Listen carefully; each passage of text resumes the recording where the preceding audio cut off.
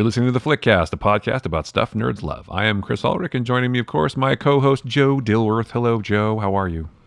I am well. Welcome back, my friends, to the show that never ends. That's right. It's. I feel like we've already done an entire show, as often happens. But we record things for the patrons, sometimes before the episode and sometimes after. But we recorded quite a bit of stuff before this one. So we talked about a lot of things already, which you could listen to if you become a patron. But otherwise, we're going to talk about different things on this show and this episode. Yes. It's very exciting. Yes.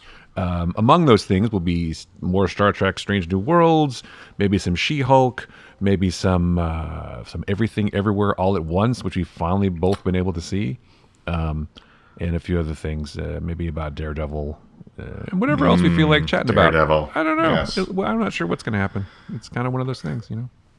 Yeah. No, we're not going to do any tangents this week. We're just going to get straight to it. All right. Yeah. So let's talk about my new favorite movie, Everything Everywhere All at Once. Yes. Should we get into that? Let's get into that. It's going to take a minute. Let's do it. Okay. Loved it.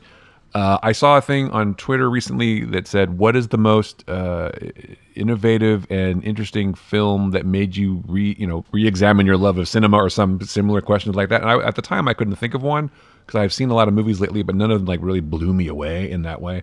But this did. This, I think, was terrific, and it just had so many great things going for it, not the least of which was the amazing Michelle Yeoh, but just so clever and so many threads and so much cool stuff all thrown in. And shout out to the editing team, by the way, for this movie too, because that could not have been easy, especially some of those montages.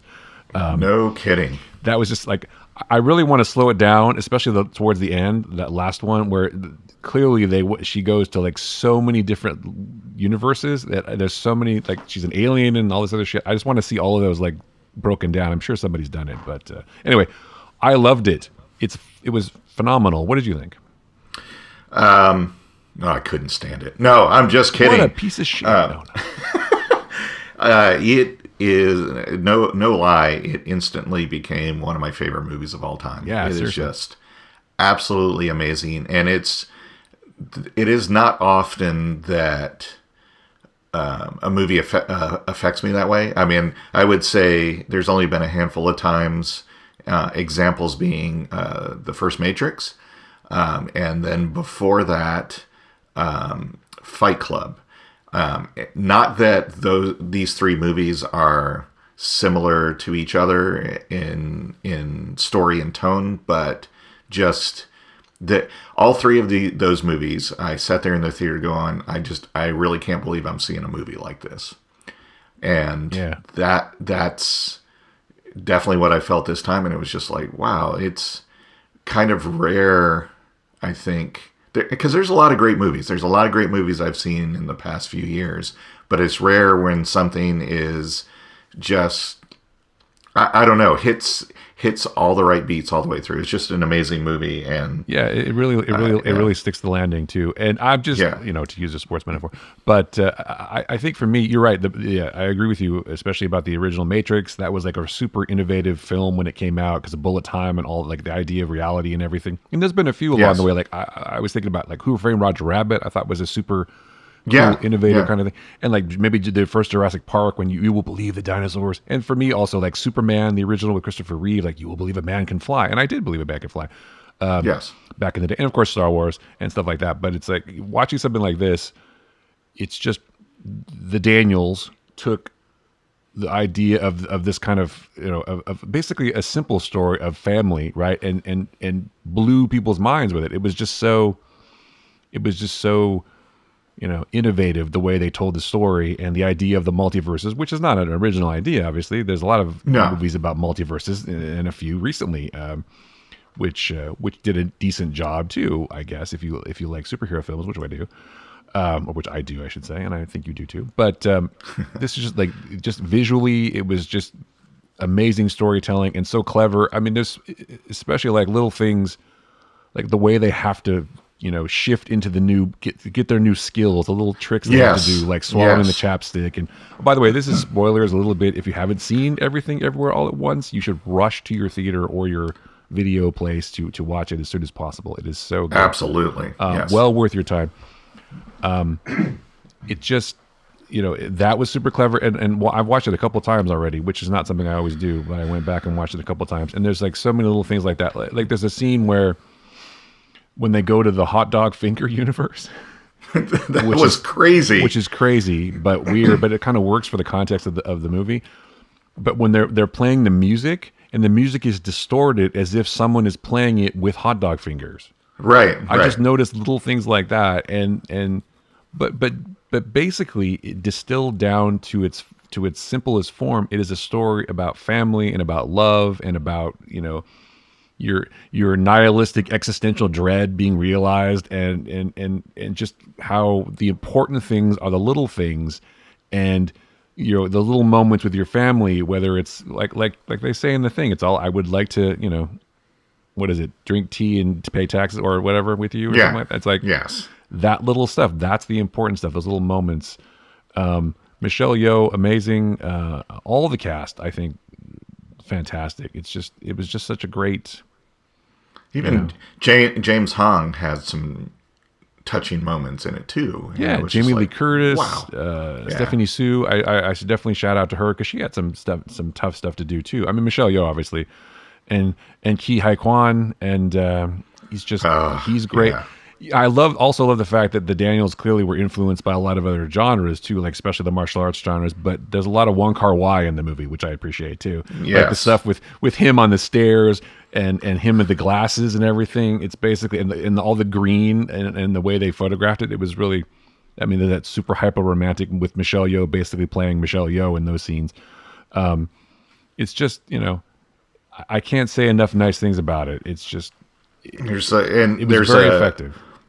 Almost an overdose of absurdist humor, but I think it worked well. And then, like you said, they have these completely bizarre, absurd moments, and then bring it back to the heart of the movie. And it's just like, wow. I mean, I'm not going to lie. There's a couple moments where I actually got a little, choked up because it's like, man. Yeah. And it was just, it was pretty exceptional. I love the fact that like Becky was like, oh, what did he say? With Grandpa, and they get along. Yeah, and Jamie Lee Curtis's character is great. I mean, there's definitely some absurd moments, especially like the hot dog fingers, but also the one scene where the guys have to get their powers, where they have to jump. You look at those awards on Jamie Lee Curtis's desk. You're like, those are not awards. Yeah, when you first see them, it's like, this is not going to go well. That's going to go in someone's butt at some point because that's where it goes. And those guys are like, well, flying, trying to jump on that stuff. And then like the let's just say penis nunchucks, I guess, for lack of a better word. That was pretty absurdist. And the fact that he can do all his martial arts with his fanny pack. I have a newfound respect for fanny packs after watching this movie too. I know. It's like, man, maybe I want to have one because I want to have one. You can, and then the dog nunchucks almost. It's a poor little chihuahua, but that. Sorry, I'm just like thinking in rapid succession of all poor Jenny Slate's dog. Yeah. Again, just absurd stuff, but it works really well in the movie. It's like it does, and that kind of thing is just the idea of all and Rakakui, of course, can't forget him. Rakakuni, yes. Rakakuni, yes, Rakakuni. It's just so that's the thing. It's like the absurdness of it, all in the service of this story of family redemption, basically a mother and a daughter, and a husband and a grandfather, and never better illustrated by the one scene where she's trying to keep her daughter from going into the bagel of doom. And then it widens out, and Grandpa's got her, and Raymond's got him, and it's like they're all in this together, and it's just, and at the end she realizes that it's just the most important thing is just the little moments, and some things do matter. It's just.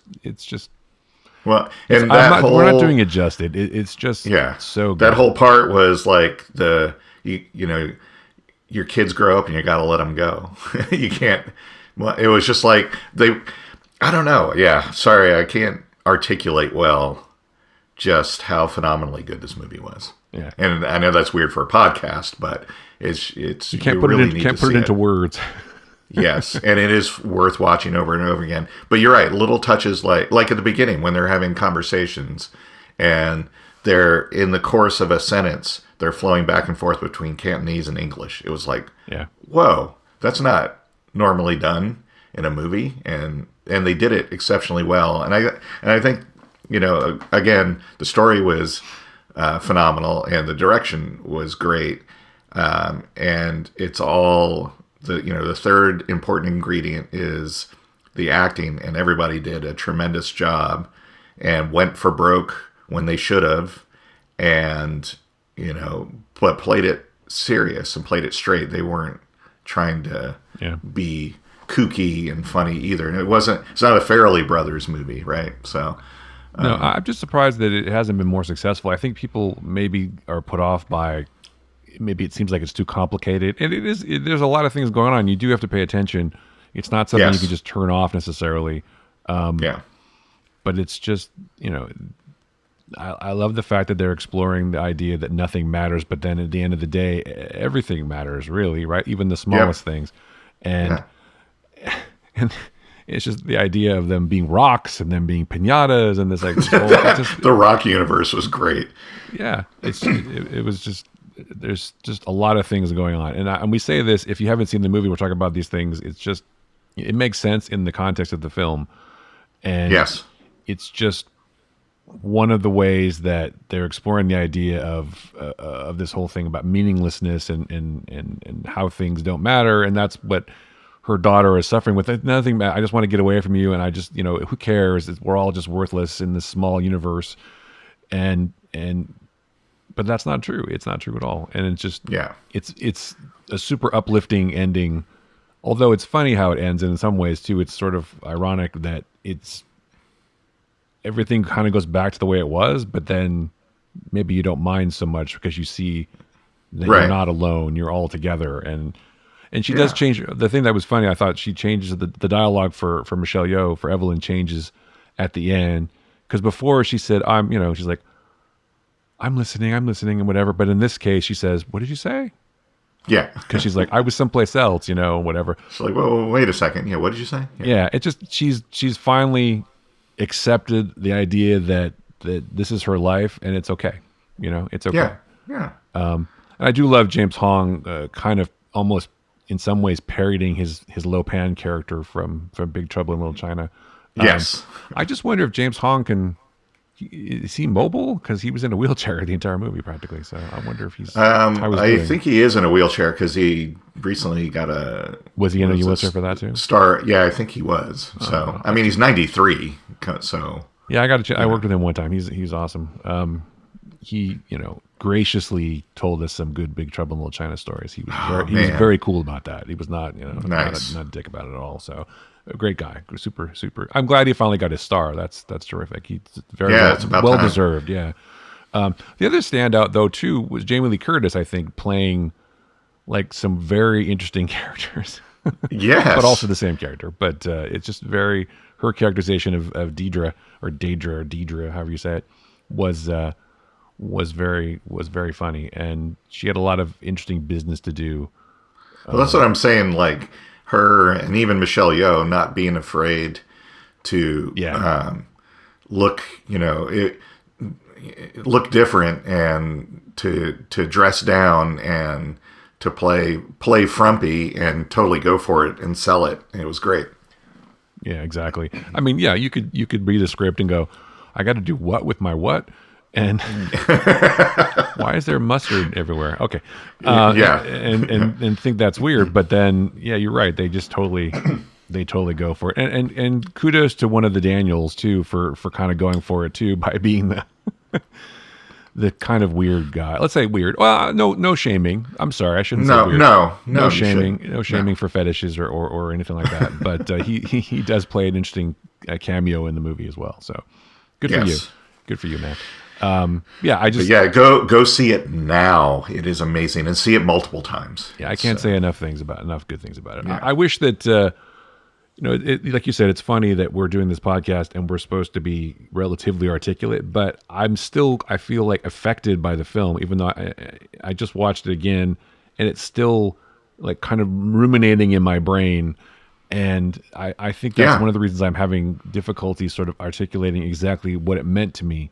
But I will say that I haven't had this kind of film experience in a while. It's been a while since I've thought about something. Been a long time, absolutely. Since something stuck with me, and it kind of helps you examine your own life and helps you examine lots of things and, you know, your relationships and everything. And it does what I feel like an effective, a good, you know, film should do. I'm going to say film because I think it warrants the title, even though people would say that's silly. But it makes you think about something. It makes you think about things larger than your own small world and larger concepts, and you still think about them a long time later. And it definitely accomplishes that for me, for sure. So yes, absolutely. And kudos to the Daniels. Yeah, certainly the trailer. I was like, oh yeah, this will be a really good movie. I want to see this, and it was like levels above that. It was just, I don't know. It's also it's also sort of funny that it was produced by Anthony and Joe Russo, directors. Yeah, well, that's true. Directors of a pretty recent multiverse movie you might have heard of. Yes. Or exactly. I'm sorry, not a multiverse movie, but just a sort of prelude to a multiverse movie, I guess. Yes. Yes. But yeah, it was super, super amazing. So, you know, I can't say enough, like we said, I can't say enough things good about it. I don't really have there weren't any points in the movie where I was like, oh, come on. Or I was with it the entire time. I was very intrigued. I love the production design. I love the music. I love the idea they did a lot of these effects in the movie, like practically, like all the hallway stuff with the lights. That was all live. That was all practical. Yeah. And obviously some really good wire work. And of course, anytime you see Michelle Yeoh do any martial arts, it's a fucking treat too, because she's still, even in her 60s, or I guess she's in her late 50s, but she is fucking tough and so good at it. You know, it's just effortless to her to watch. It's pretty impressive. I watched some behind the scenes stuff about this movie too, and she's doing all this stuff herself. I mean, she's basically doing all the fights and everything, and so is everybody. I think there's only a couple of times when they doubled Raymond, like one of the jump stuff, but it was mostly Ke-Huy Quan too, because he's got a lot of experience, you know, with martial arts and stuff, as well as being a stunt coordinator, and you know, being Indiana Jones's buddy. That doesn't hurt either. And I'm very, very happy to see that he's he did this role and it's being so highly acclaimed, and I hope that it allows him to have the confidence to take on not similar roles, but take on more roles. And not, I mean, let's be honest, when he was a kid, you know, Short Round, Data from Goonies, that TV show he's in, they're all kind of the same type of roles. And so I'm hoping that, especially in this, he gets to play the same character, but differently in different ways. So hopefully that will let people know that he's got a range, and he is a really great actor, and he should get some more and better roles now, I hope. Well, it was definitely a challenging role for him, and also for everybody. But he has a lot of things going on, and he changing into different people, you know, and all that stuff, and it was very challenging for him to do the fights and just, you know, and also be a romantic lead at one point. And it's just, you know, good for him. And I agree with you. I hope this leads to more things for him. I'm sure it will. And I'm sure Michelle Yeoh will keep working, obviously. And Stephanie Sue will keep working. So will Jamie Lee Curtis. I mean, if she wants to. I mean, I don't feel like she needs to work if she doesn't want to. And no. But Stephanie Sue was terrific as Joy.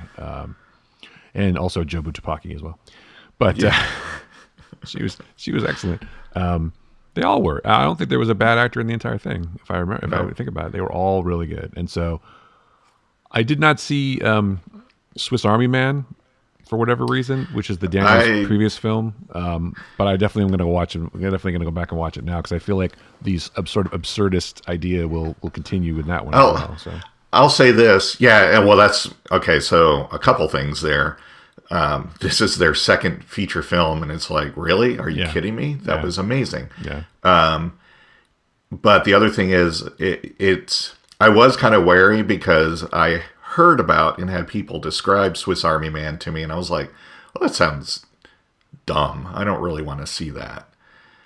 So I didn't, and I haven't seen it. But now I'm like, okay, now I want to see it, because if it works, I don't expect it to be the same kind of movie as this, but if it works with the humor and the heart the same way, then it's probably really good. So I didn't. I agree with you. It didn't. The idea didn't really appeal to me necessarily.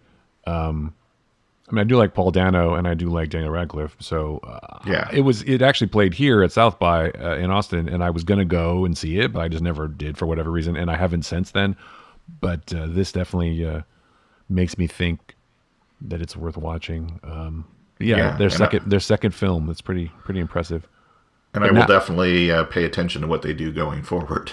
Well, they have a deal now with A24, so I guess they'll do some more films. But what are you going to do next? That's like, wow, this is your second movie. What is it? What's going to happen now? Where do you go from here? I don't envy them a little. I mean, a little bit. I'm like, oh man, I don't know. How do you follow this up? So, actually, now that I think about it, there is another movie recently that kind of made me think this way, and I immediately loved as well, and that's The Harder They Fall. So, and that was what's his name's first feature film. So yeah, that's a really good movie too. But I mean, I would say it's not quite, not quite this level. Quite have the depth of this, and it was excellent, and I agree with you. But this is just on another level. I think filmmaking wise, story wise, and just a realization of a singular. Well, I should say singular vision, but it's a vision of two dudes. It's just no one else could have made a movie like this except these two guys, I think. I agree, and I think it's a good example of what can be accomplished and what can be done if if the studio gets out of the way and just sure, make your movie. Right. So because I don't see A24 having given them a lot of notes on this. No, I doubt that they did, and it wasn't even that expensive either. It's like you can do something this innovative, and you have to be smart. You have to spend your money in the right way, and have a large chunk of your movie take place in one place. That's smart. But they only, the budget was maybe what, 25 million they were saying or something. So 25 million, and it's already done twice that in the box office. So so you find a set, you find a building that you can use, and you make your movie for the most part. But I mean, it's very, very clever in many, many ways. It's very, very clever, and I like that. I like intelligent films, and I like things that make you think at the end. Yep. I mean, don't get me wrong. I also enjoy popcorn movies and shit blowing up. That's fun too, but that's a totally different kind of situation. This to me. People are talking about, what's a movie and what's a film, or don't call this a film or a movie. This to me means it feels more like a film, and I know that's a weird thing. This is a film, yes, and a movie is just something you go watch in a movie theater and enjoy. Like Transformers and let's face it, the MCU. Those are movies, right? Those are movies, yeah. So, they're not films, yeah. And I'm not going to get gatekeeper snobbery going. No, that's not what I want to talk about, but. And that's what I think. People like Scorsese are talking about. It's like he makes films. He doesn't make movies necessarily. Right. He would be the first to sort of make the distinction too, which is probably why he's not as kind to MCU films as he could be. But the other side of that is that every Marvel movie that gets made, he probably feels like is one less movie that he gets to make, or film that he gets to make, because there's only so much budget and whatever. But he wants movies to say a little something. I don't blame him. But I think there's room for everything. There's room for Transformers. Exactly. There's room for MCU. There's room for for this, definitely. Make more room for these kind of things, for sure. So the Marvel movies are a lot of work, and you can tell that the people making it have a passion for it and really want it to be the best it can be. But then you have something like this, which it's like every little detail in it just enhances the movie. The sound, or if you're rocks, the lack of sound, spoilers, I would say even in the scenes where they were rocks and the subtitles came up, I could totally hear it in their voices, which is great. Yeah. Oh, well, yeah, that scene came, or those sequences came at a point where you could definitely hear the actors. Yeah. I agree. Yeah. I was like, I can hear them saying these lines, and it was just, that was super effective. But the sound design, the music, the visual, it's just, everything was just aligned perfectly. I don't know that you could ever, I don't know. I don't know, you could say, and it's very subjective to say a movie is perfect, but this was kind of a perfect film. It was beautiful. Yeah, it was. It was. Yeah, exactly. That's a good word for it. Beautiful. And I'm sure there's people who didn't like it, and those people are just dead inside. So yeah, exactly. Anyway, maybe we'll revisit this again. I'm sure it's just when I feel like I'll have more time to have something more intelligent to say next time. But I definitely would like to. Yeah, yeah. So. And like you, I'm curious to see what the Daniels do next. I'm sure it'll be, if nothing else, it'll be different.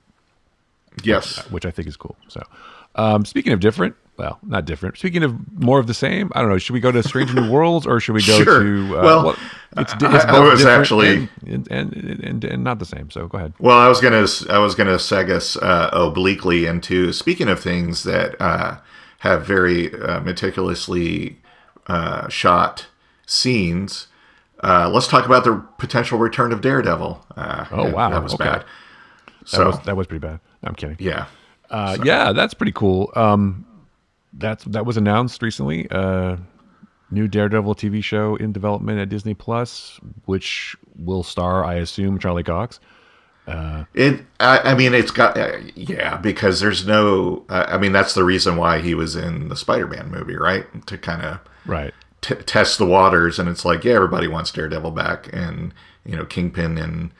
Yeah, so it's going to be Charlie Cox, well, really. I think it would be an uproar if it wasn't. Yeah, they're calling it Daredevil Season 4, I heard, but I don't know if that's official. But I'm excited. I think that you and I both have said this before, that Charlie Cox should get another chance to play Daredevil. He was terrific in the Netflix show, and the fact that they're bringing him back and he's going to do more is great. And I think that with the resources and the creative team in place, I'm sure. I don't think they'll bring back like anybody from the Netflix show, but those guys did a great job, and ladies, and, did a great job. And there'll be some new visions on some new eyes on this one.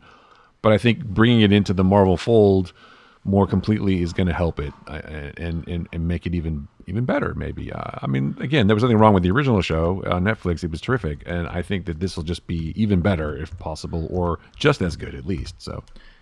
Well, yeah, so the folks running this are the same ones that created the show Covert Affairs with Piper Perabo. Oh, shit. Why'd you tell me that? Now I'm bummed out. Just kidding. No, it was a show I never watched, but it had a loyal following and seemed to be really good. But it was kind of a, I guess, spy kind of show, so maybe that sensibility lends itself to Daredevil, I guess. I don't know. I think the problem for me was that it was called Covert Affairs. I'm sorry. It's one of those cheesy-ish double entendre titles, which bothered me. No offense against Piper and Christopher Gorham. They're both fine actors, but it's just, that kind of thing is a turnoff for me. I don't know why. It's just a prejudice I have against. Yeah.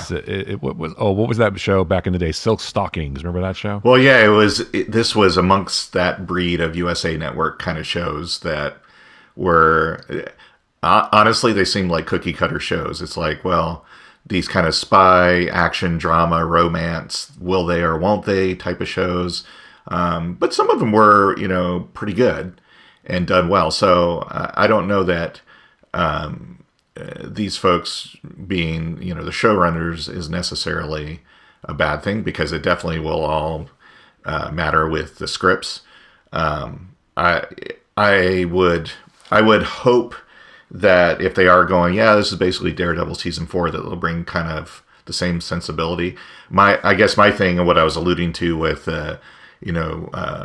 tightly filmed scenes or whatever, is that in the first 3 seasons of Daredevil, every season there was an episode where we got a long take, and it got more elaborate as they went on, to where in the third season there was that whole sequence through the prison that was 15 minutes long, and it was one take.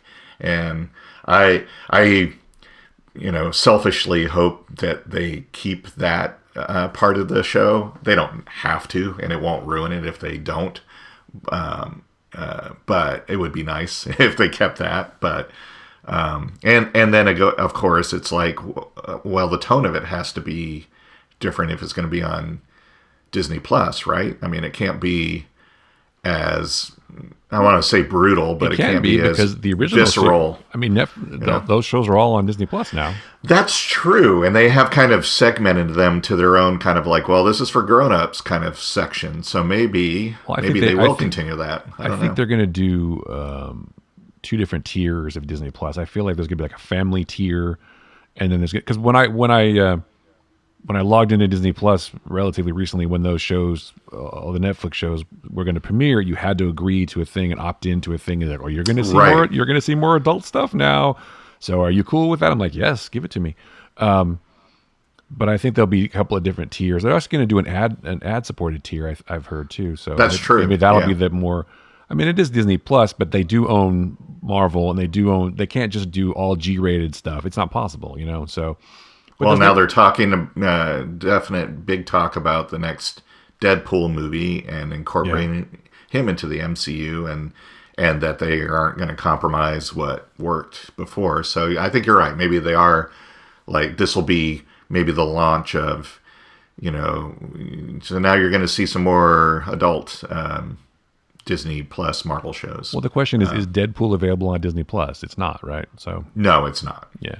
Well, speaking of covert affairs, it did last 5 seasons, so it's not. It wasn't a piece of crap, obviously. Right. Exactly. So. And I didn't watch it, but that doesn't mean it's not a good show. I don't watch everything.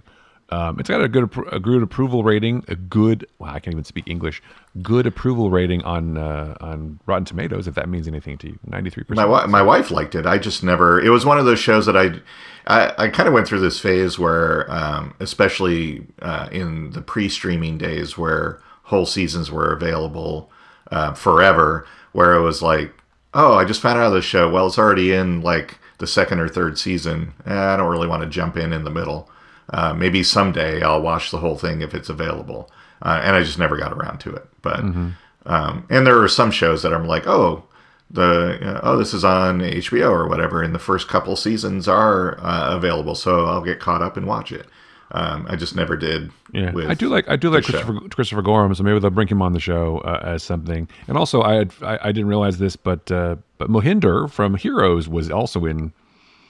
Oh yes, he was Sendal Ramamurthy. Yeah. So I don't know why that guy doesn't work more. He was great, I thought. So he's a really good actor. Peter Gallagher was in it too. I like him. So there's a lot of people on the show that I liked. I don't know why I never watched it, but Oded Fair.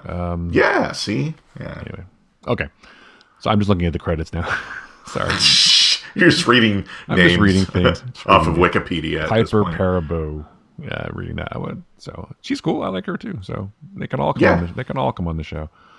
Yes, not on the show, but I mean they can all come on. They can all be on Daredevil. They can all be on Daredevil. Or like you said, I think they should bring back all of the original cast and just maybe even like almost pick up where they left off. Obviously, including in the stuff that happened with Spider-Man and all that, where Matt is involved with Peter, but. They could certainly pick up where they left off and just keep going. But you're right. I wonder if it will be quite as brutal. I hope they keep it kind of the same, but I feel like they'll have to sort of rein that in a little. And I don't think it'll lose anything if they do. I know people will be like, "Oh, it won't be like the other." Daredevil beats the shit out of people with his fist. Well, that's true. He can't beat the shit out of people with his fist. What is he good for? Yeah. I don't know. Yeah. It's like we'll talk about She-Hulk, the trailer, in a second. I am encouraged by the fact that, based on the trailer, unfinished CGI rendering notwithstanding, which obviously they pushed this through for the upfronts and for the reveal at the thing. It's like it's not finished. It's not finished. Yeah. But I will say this: I do think that for something like people are like, oh, well, the Hulk looks good. Well, they had the models of the Hulk already. The 3D models for that were totally built for the movie at a high resolution. They just have to push a button and drop it in. But Right. the real thing, and Hulk is supposed to look more like the Hulk. He's not supposed to look superhuman. I mean, like, I don't mean superhuman, but like super like a human. Whereas She-Hulk, the idea is that it's basically just a hulked out version of a human being, right? Her face is supposed to look mostly human and make her also look attractive too. That was the whole idea. Yes. And so that's more difficult. Like there's a couple of shots in the trailer where in the close-up, especially like her eyebrow pops up, but her face doesn't wrinkle. I mean, it's basically super smooth. So what they haven't worked out yet is any kind of, texturing for the face or the lighting doesn't change really on her face. And like there's a shot where she's looking at her phone where the eye kind of moves, but it's like a weird sort of thing. So they're obviously still working on it. These are not the final versions of anything. And it's it comes out in August, so they got plenty of time. Yeah, it's not because they don't have the money. I'm sure they're spending a ton of money on these shows, but it's just not finished yet. It's just not finished. Yeah, these are not the final renders. And so the idea of, and Marvel's gotten really good at, at doing this kind of thing. I mean, the Hulk, like, Banner Hulk or whatever you want to call him, Smart Hulk, was really well rendered, I thought. It looked really good, and the lighting changed on him and all that stuff. And there was like texturing on his face. There's like a little bit of hair, and there's like wrinkles, and there's in his face. It looks quote unquote real as it can. But I also think there's a thing that people do with animation, and so humans will accept a certain level, a kind of animation, and this is based on, I think, us watching animated cartoons for so long as kids. So we kind of feel like this is what animation's supposed to look like, which is why if you watch something like Pixar movies, they don't move exactly like people necessarily. Right. And it's they're enhanced toys that have like big eyes and like weird, features that help bring out the emotion, but they're not like fully realized human beings. Or if you're watching something like Avatar, they're still blue people, so you don't worry that they don't look perfectly human. But I mean, even in this trailer for Avatar, number 2, I don't care about Avatar that much, but the idea that the effects have improved even more, because there's like one scene where like the eye, there's like shadows and light on the eye and stuff, and that was really good. Yes, they've definitely done a lot of work on that, and mocap underwater, that can't be easy either.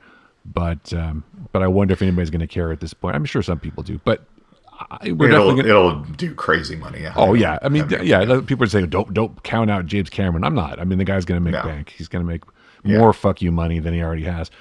But he just wait. I think maybe he just waited. I don't know. Whatever. Anyway, we can talk about that later. Yeah, exactly. I'm sure it'll come up. So She-Hulk. Yes. The other thing I think people forget is She-Hulk Attorney at Law, I think is a great title. Yeah. It is also, and I'm not saying that the CGI is going to stay as it is, but it is also intended to be a half-hour legal comedy. It's not going to be as serious as previous MCU Disney Plus shows.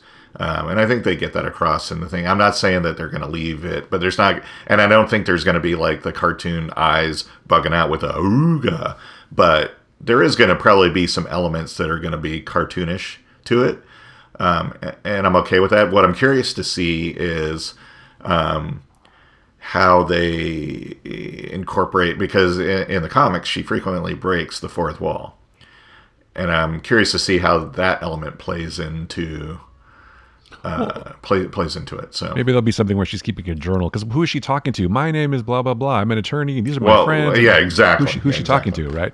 So what I'm curious about, and because continuity is king. Sure.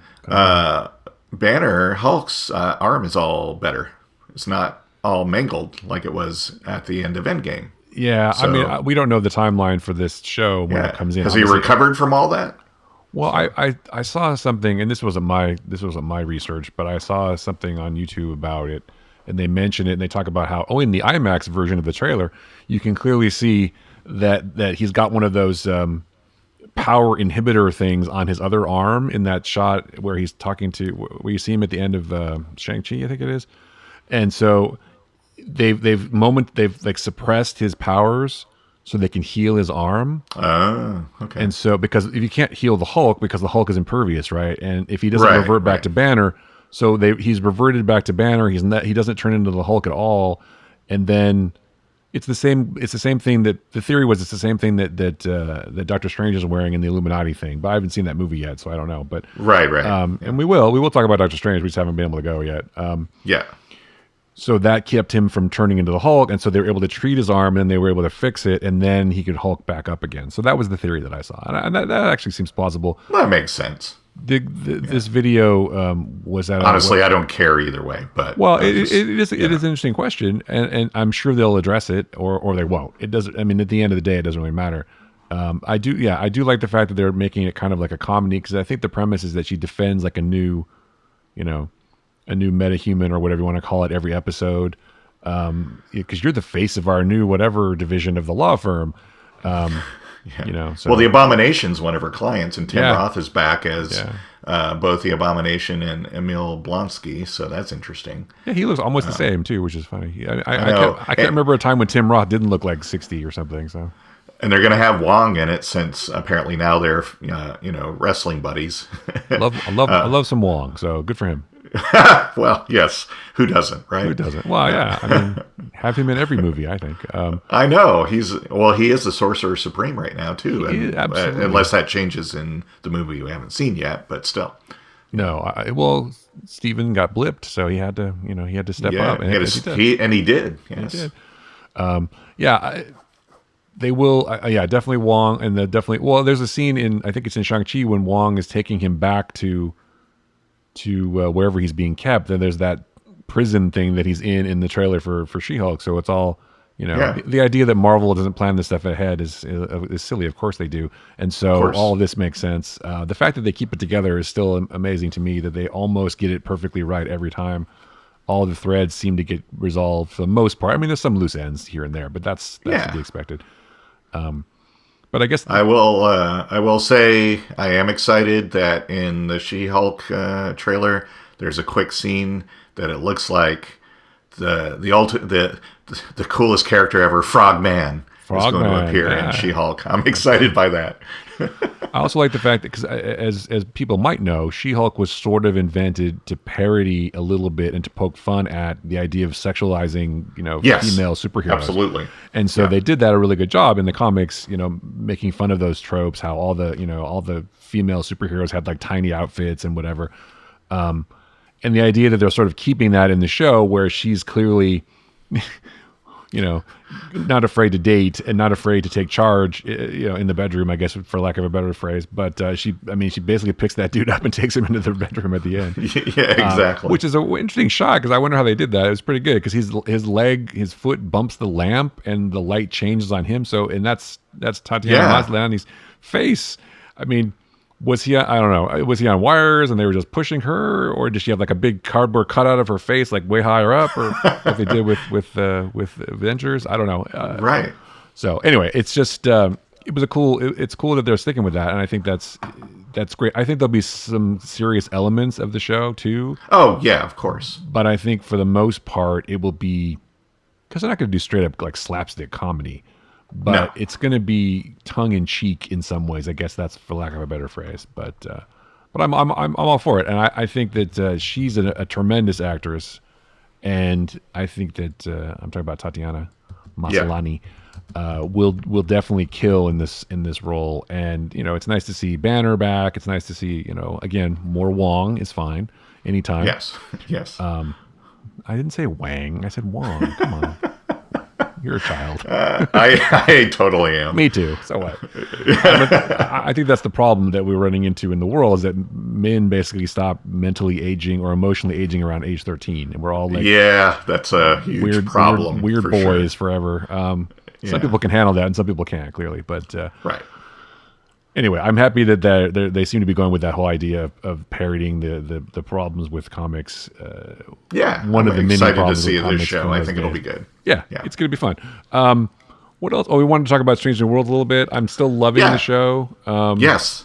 This third episode, Ghost of Illyria, still terrific. And as I thought, and I was happy to see, we got more of a number one centric episode this week. and it was good to see. And Rebecca Romaine killed it, I think, in this episode for sure. Yes, she did. I would say there was almost nothing in this episode I didn't like, except for, and this is spoilers for Strange New Worlds episode 3 if you haven't seen it. I'm not 100% down with Dr. Mabenga's solution. Yes. That was a weird thing for me, and all of a sudden they just pulled that out from nowhere. It was never mentioned. Pike never says anything about it. No one ever says anything about it, and all of a sudden this is a thing now. And I get why they did it, obviously, because that was the reason that the whole, whatever you want to call it, virus or whatever was on the ship in the first place. Yes. But that was kind of weird to me. I don't know. It was like almost like a left field thing. It felt like a last minute justification maybe, but it doesn't mean the scene with him and his daughter was not touching, because it kind of was. But I just didn't like that thing very much. I don't know why. But otherwise, Spock and Pike on the planet, super good. Number one, super cool. I'm really enjoying the show. It's just like it really ticks all the buttons for me, or pushes all the buttons for me from like original Star Trek, which I loved as a kid, and updated, and it just feels like quote unquote real Star Trek to me. TM. No, I love the episode. I continue to love the show. That the part about Mbenga didn't bother me. What I liked about this is that we got a lot of people have secrets on this ship, and it's like, oh, so they're not the perfect crew, and they have secrets. But I think what this did is it told us a lot about, and we got to see a lot of what these characters are about. Like, number one, Uno was like, listen, I kept this thing secret because all I wanted to do is be on Starfleet, and to prove that my people aren't who everyone thinks they are. But now that it's found out, I'll face whatever. And Pike showed his mettle where he was like, yeah, I look forward to that conversation, right? He was like, yeah, bring it. If they want to take you off this ship, they can come talk to me, and I'll tell them otherwise. And I almost wonder, though, at what point, because I think my wife and I were talking about this, and she brought it up, that Pike is, I think he's kind of coming out of his depression of knowing when he dies, and I wonder if he's kind of heading in the direction of becoming more reckless, because it's like, well, I know this thing isn't going to kill me because I know when I die, right? But that has consequences for the people around you, because you don't know how they die, right? So yeah. I think it's also a case maybe of part of his conversation with number one last episode, where she says, well, how do you know that that's the only option? How do you know that's the only fate? Right.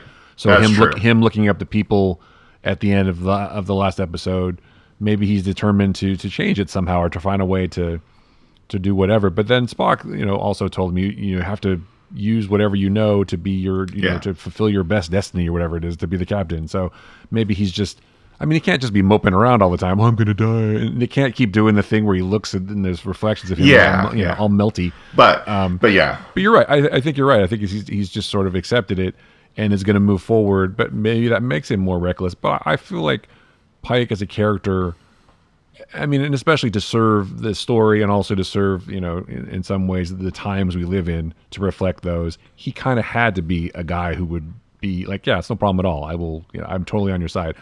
But she, having had to hide this for her entire life, was skeptical, because if someone comes out, I'm just going to throw out some terminology here, but if someone comes out as an ally, they're not all, what is their motivation sometimes, right? Are they really an ally, or is it's an ally of convenience, or is, like she says, is it just because I'm useful? I'm one of the good ones.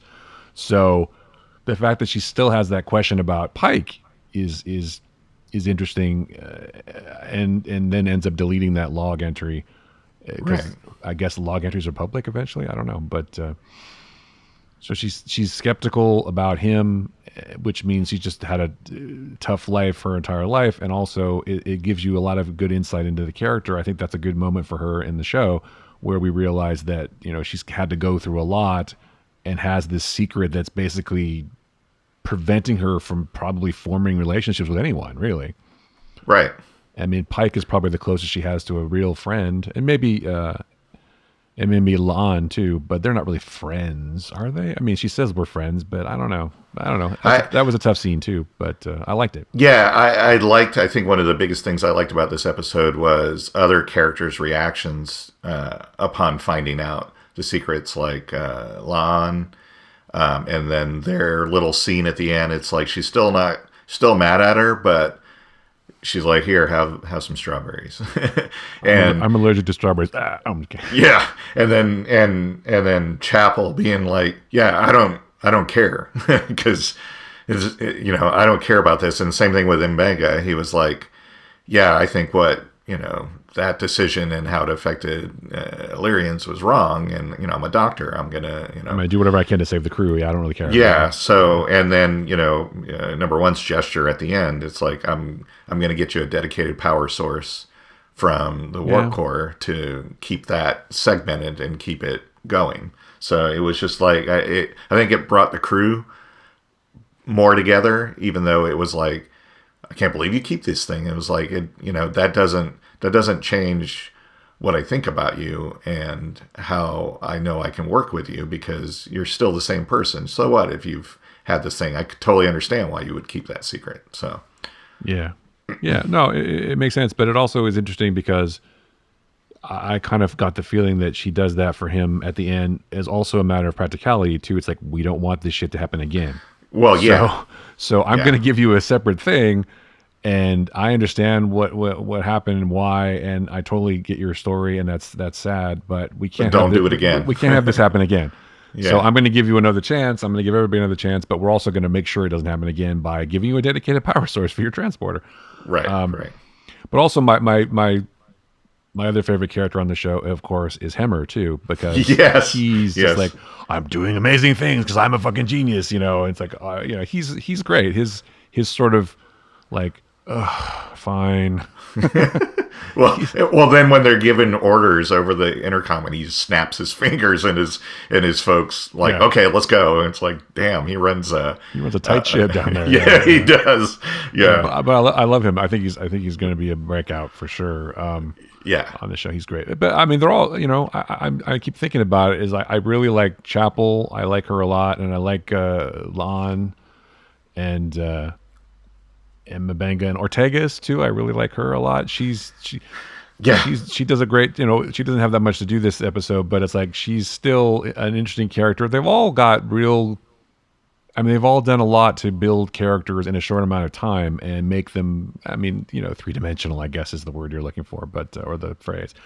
But they all seem like people who could exist in this world and are, dealing with things and are forming these relationships, and they, they're very fleshed out, and the writers are doing a good job and the actors are doing a really good job, and it's quite good. The whole thing is just coming together, I think, really well. So I will say that of all of them, and I think they're great characters and they have great relationships, but man, the Anson Mount Ethan Peck chemistry and the Spock Pike dynamic is just like next level. It's amazing. And if you're going by canon, right, you have to know why later on Spock is willing to risk everything for Pike, right? His entire career and everything, his life basically, to take him, in the menagerie. Why he does that, because that happens later. Exactly. Right? So yep. You have to believe that he's willing to do that, and this is showing their relationship building. I had a question about Spock though, because they have this character on the ship, Lon, who's obviously a relation of Khan, and they talk about Khan in this episode, right? But the fact that in the original series, Spock has never heard of Khan, and the Khan is supposed to be this really well-known historical figure, and no one in the original series ever heard of him until later, and Spock especially doesn't know him, and they had a relative of Khan on the ship, is a strange kind of way. But again, it's not perfect, I know, and it's not supposed to be perfect. It's the same way, and the same reason that Khan recognized Chekhov in Star Trek 2. Well, that's right. That's what the script said to do, right? So. Right. I know. And of course, but I couldn't help thinking about it. It's like, well, she's a relative of Khan. I mean, this is her great grandfather or whatever. And yet Spock doesn't no one seems to know who Khan is, and the eugenics wars gets mentioned in every show now, like in Picard and in Discovery. They all there's still some time. Maybe there's a reason. So, well, that's true. That's true. I mean, even at the end of Picard, Project Khan. I mean, it's not like the guy isn't known. So, anyway, well, we may still. Hopefully, we'll still segue, but maybe we'll still get the Nicholas Meyer Khan miniseries that he said is fully written. And they've been sitting on, and maybe now we know why, because they wanted to have that scene in Picard and also establish Khan a little bit in Strange New Worlds. But so maybe we are going to get that here soon. Maybe I'd like to. Yeah, I think that would be interesting to explore the eugenics wars and all that, because they talk about it like it was this big deal and a huge historical thing, but maybe. I mean, I guess part of the thing was maybe Khan was like bullshitting a little bit too when they find him. Well, that's what I'm wondering, because they do talk about how he ruled the Earth and all this stuff happened in the late '90s. But anytime Star Trek has gone back to the quote unquote present day of whenever the show aired, there's like it's after the '90s, and there's like no sign of that. And it's like, so maybe it was just more covert, or maybe it was like in a smaller country or whoever. Because if you take Picard as continuity, right, there is no Khan because he pulls out Project Khan at the end of Picard. Except that folder he pulls out, it says Project Khan, and the date on it is like 1996. So my takeaway is that it's like either a detailed report or like this is the eugenics file from then and all that. So I don't think, to me, it doesn't mean that it hasn't taken place yet and that they're retconning it to the late 21st century. To me, it's like, well, this has happened, and because he's a dude that obviously delves in genetics and stuff like that, it's like, here's my wild card, or here's a thing that's gonna bring me back or whatever. So I didn't take that to mean that all that hadn't taken place yet. Well, then I guess you could make the case that Soong was the one who helped create Khan in the first place, right? Right.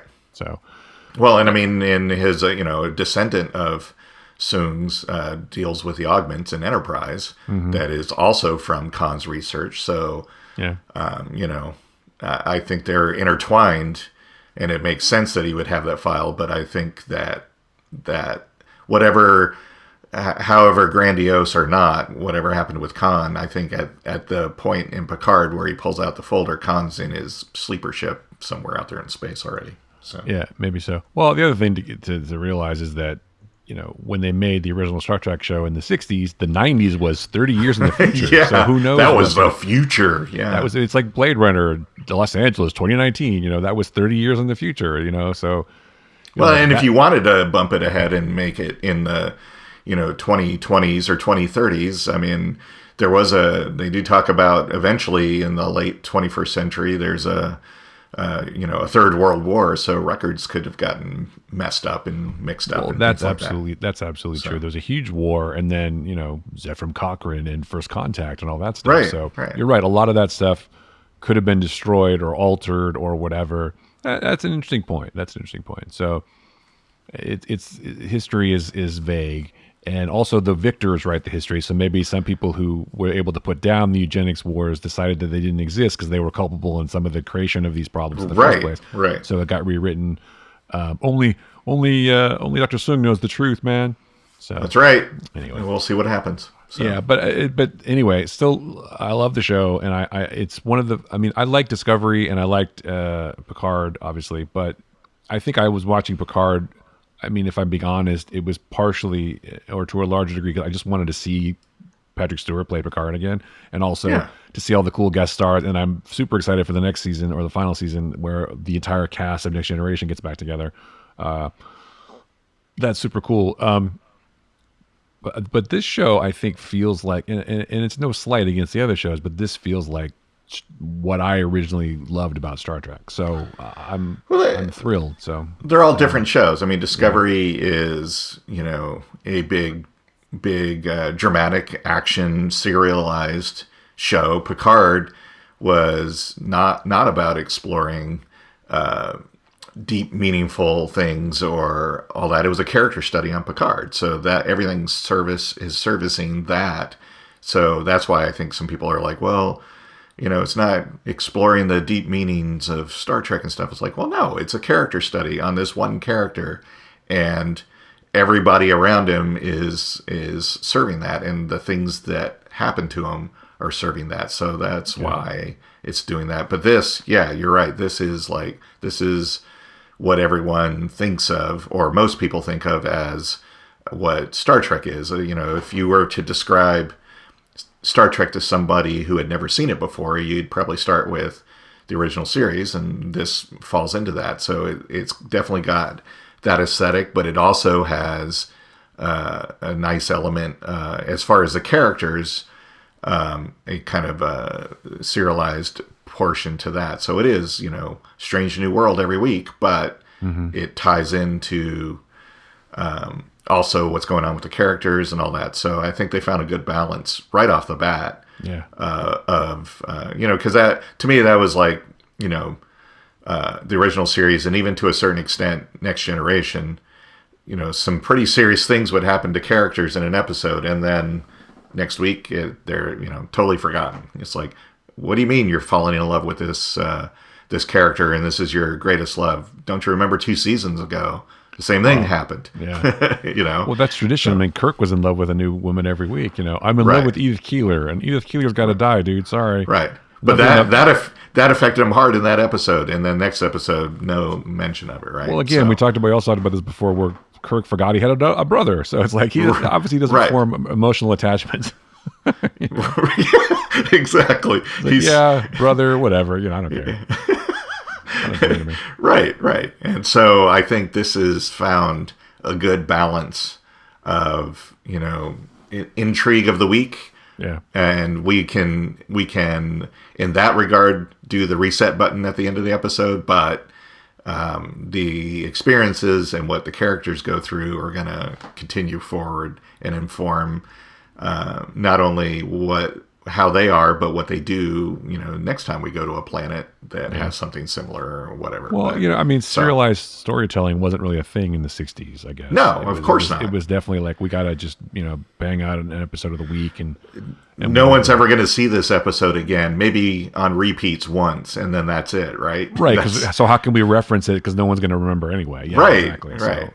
But now everybody watches everything 100 times. So, it's interesting how things have changed. But I really think part of the challenge of making new Star Trek shows, especially shows like this that tie into, past things, is that the original series was made in the 60s, and the idea of what was the future and the technology of the future and the things that would happen 30 years in the future seemed like a long time. And the idea that all these things would happen, the 90s was like a pipe dream. It's like, oh, it's almost the year 2000 because 2001, and all this other stuff. So it's like, so I can see how that could happen.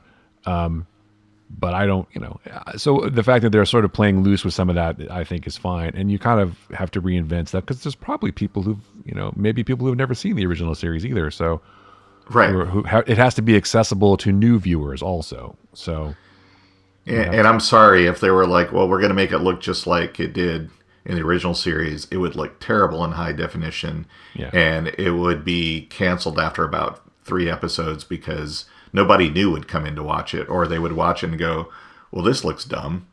So I hear people going, well, for canon purposes, it should look like that. And I'm like, I'm okay with them updating it. Even if they go into a Kirk series after this and keep the Enterprise looking, I don't know, futuristic like it should. I'm totally fine with that. And I think they did a good job with especially the bridge set, where you can see definitely the kind of the framework of the original series bridge, but it's like this is probably how it would look. and even by the time we get to the 23rd century, it's going to be even more futuristic, right? But it's our extrapolation of what it'll look like. They still call back to it. Well, also the technology in the 60s didn't exist to make all these fancy plastic things. Exactly. Plastic was a new thing in the 60s. Right. But they do keep. They do evoke a lot of this stuff, like the communicators, and they do.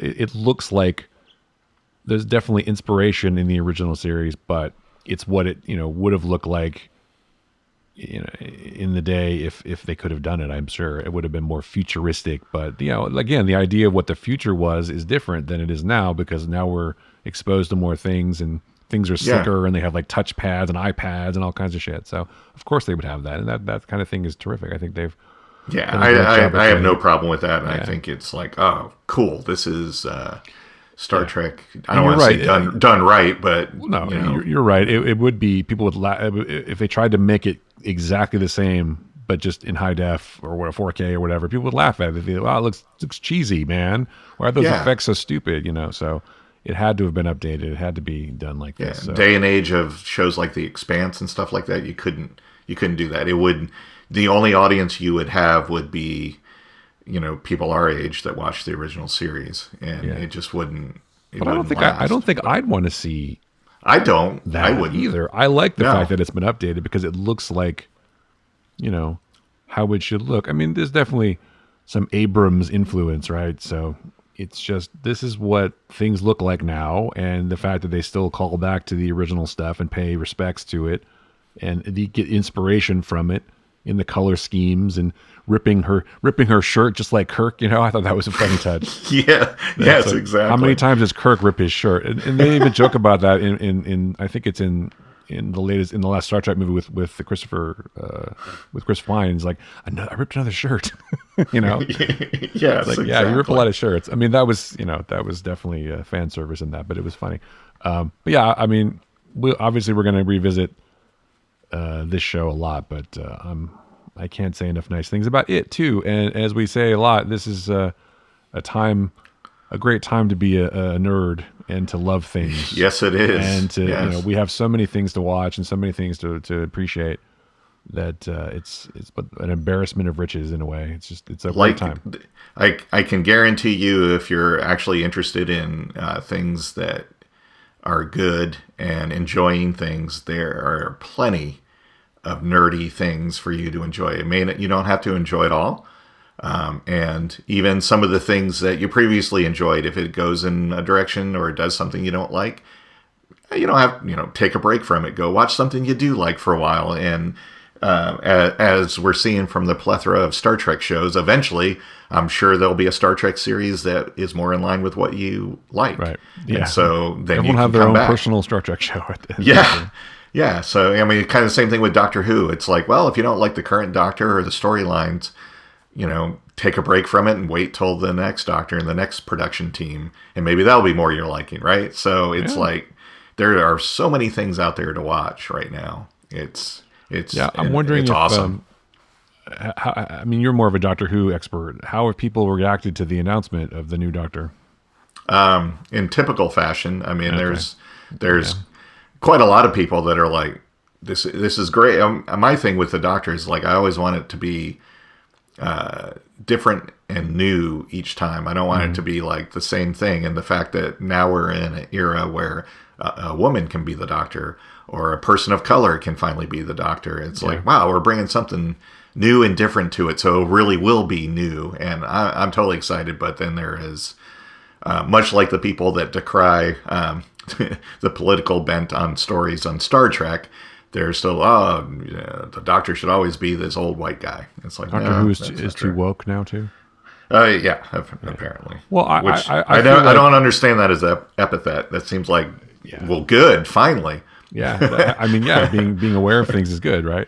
And being able to change with the times and accept new things is good. It's a sign of a nimble mind and not a construct of things. But I think it makes sense, though. Again, I'm not an expert at Doctor Who, but I feel like if the Doctor kept reincarnating himself or herself or themselves, why wouldn't they want to explore different sexes and different races and different kinds of people? Why? I mean, it makes perfect sense. Why would you come back as the same thing every time?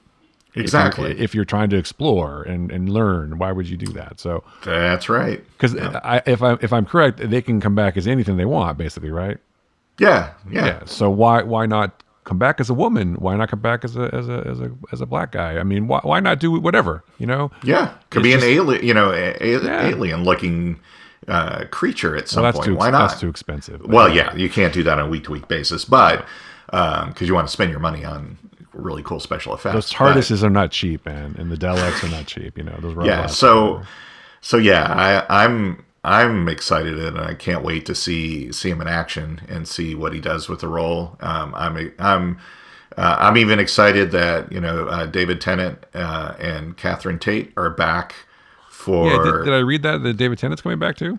Yeah. So next year is the 60th anniversary, and they always do like a multi-doctor huge nostalgia fest for any of the anniversaries, much like people decried didn't happen for Star Trek for its 50th.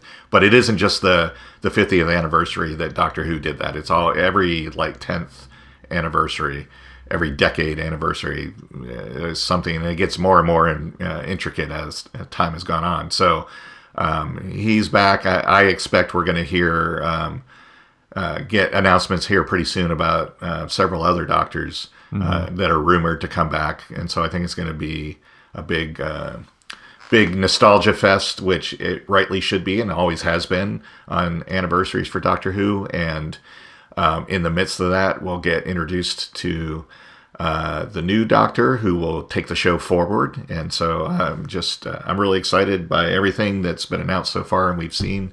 And I think, again, for Doctor Who fans, it is an embarrassment of riches and should be celebrated and enjoyed. And if Doctor Who isn't your thing anymore, if Star Wars isn't your thing anymore, if Star Trek isn't your thing anymore, it's okay to admit that and go to something else and, check back every once in a while and see if maybe it's more in line with what you want.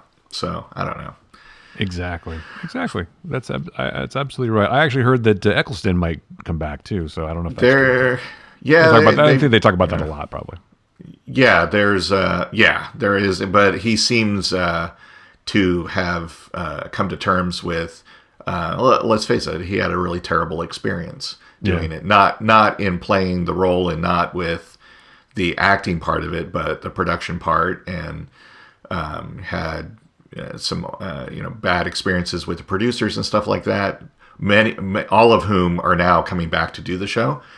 So I don't know that he'll actually come back, but he has seemed more agreeable. I mean, he is actually reprising the role of the Doctor for Big Finish for audio productions. So he's not against playing the character. So who knows? I'll be honest. I was interested in Doctor Who because I think he's a terrific actor, and so when he was signed on to play the role, I was like, oh well, I'll give Doctor Who a chance. And I enjoyed his tenure, but I thought it was too brief. And then when he left, I didn't really follow it along. But it's never been my thing. I'll be honest, it's never been my thing. So see, there you go. I mean, you gave it a try, and they had something that hooked you in, and you're like, it's not really my thing, and so you haven't spent the last 17 years, expounding on how horrible it is, right? So, again, there's the thing. It's like, hey, I gave it a shot. It's not my thing. I'll move on. Even, I would say there's even, longtime Doctor Who fans that probably watched the new the continuation, the new version, and were like, it's just not my thing. And, an intelligent grown-up would say, I'll go do something else, right? So, anyway, so I know we talk about that a lot, but it's just like, come on. Well, it also had nothing to do with Billie Piper either. That she did nothing for me.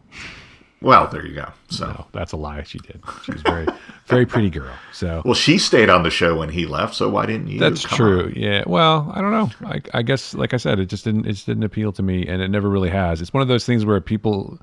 It's like a lot of shows or a lot of things in fandom. Either you love something or it doesn't speak to you, like we were just talking about. And some things don't speak to me in the same way they do other people. But sure, of course. I'm not going to sit here and tell you that Doctor Who is stupid and you shouldn't watch it, because that's not the kind of person I am. I'm not a my way is the only way kind of person. And I think you should experience things in pretty much any way you want. And the fact that, they're having new, different people on the show, and they're expanding the people who can play the role, I think is smart, and it also it keeps up with the times and is well in due. Like, we should see a Black James Bond, and we should see all these people exist. It's not like the world is all just one thing, and some people think it is and want it to stay that way, but it's not, and it's not going to be. So exactly. Let's show infinite diversity and infinite combinations, please. I agree. Yeah. So I know this episode is long, so I think maybe we should skip picks this week. I agree. We Only need to because probably this is really, we've gone on a long time on this. We had a lot of stuff to cover. So I'm sorry if you were looking forward to picks. If you need something to watch, there's lots of things on. We've talked about, go back to our earlier episodes and talk about, you can look at stuff that we picked.